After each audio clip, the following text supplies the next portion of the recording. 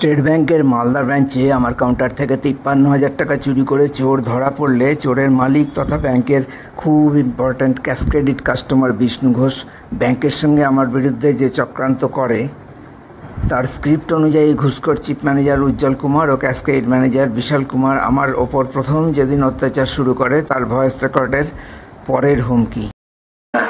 আমাদের রিটেন ওরা কিছু দেয়, উনি আসছেন দিতে, আমাকে রিটেন কমপ্লেন দিতে আসছেন, আমি অ্যাকশন নিই।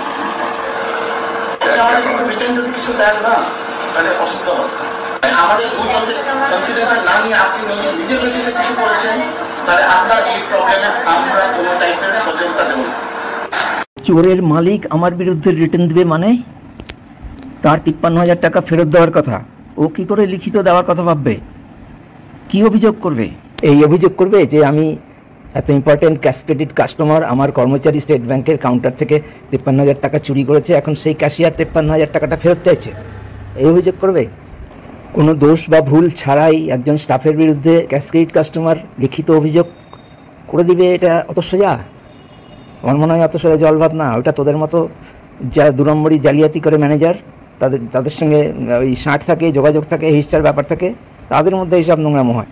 তোরা না হয় ইম্পর্ট্যান্ট ক্যাশ ক্রেডিট কাস্টমারের পূজারি, তোদের না হয় চোরের কাছের থেকে হিস্সা নেওয়ার ব্যাপার আছে, সব ম্যানেজার তো সেটা করবে না। এটা আলাদা বিষয় যে চোরের মালিক স্টেট ব্যাংকের মালদা ব্রাঞ্চের চিফ ম্যানেজার উজ্জ্বল কুমারকে ব্যাংকেরই ক্যাশিয়ারের বিরুদ্ধে সুপারি দিয়েছে। চোরের মালিক ক্যাশ ক্রেডিট কাস্টমারের প্রতি তোর দায়বদ্ধতা আছে, কিন্তু স্টেট ব্যাংকের কাছ থেকে বেতন নিয়েও ব্যাংকের প্রতি তোর দায়বদ্ধতা নাই। চোরকে বাঁচানোর দায়বদ্ধতা তোর আছে, তাই তোকে কাস্টমারের কাছ থেকে লিখিত অভিযোগ নেওয়ার দরকার পড়ে, যেটা স্টেট ব্যাংকের অফিসারদের একটা অতি প্রচলিত প্র্যাকটিস।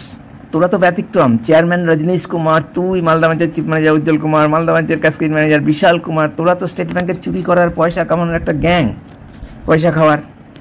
তুই যে ভয়ঙ্কর একটা চামার সেটা তো আমি প্রথম দিনের কথাতেই বুঝতে পেরেছি, সেই জন্যই তো আমার সন্দেহ হয় এবং আমি তোদের অত্যাচারের ভয়েস রেকর্ড নিতে পেরেছি। তবে স্টেট ব্যাংকের বাকি সমস্ত স্টাফও যে তোর প্ররোচনায় চোরের সমর্থনে দাঁড়িয়ে একজন খাঁটি মানুষের বিরুদ্ধে মিথ্যা প্রচার করবে, এটা আমি ভাবতে পারিনি। আমার পক্ষে এটা ভাবা সম্ভব ছিল না।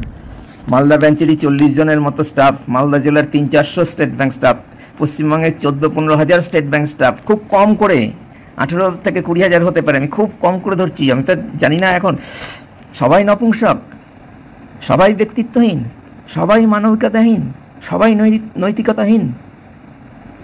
এত কুৎসিত ভাবনা আমার পক্ষে কখনোই ভাবা সম্ভব না। দেশের ২.৫ লক্ষাধিক স্টেট ব্যাংক স্টাফ আছে, এরা সুস্থ মস্তিষ্কের ব্যাংক স্টাফ নাকি হীরক রাজার দেশের চিন্তাহীন অনুভূতিহীন প্রজা?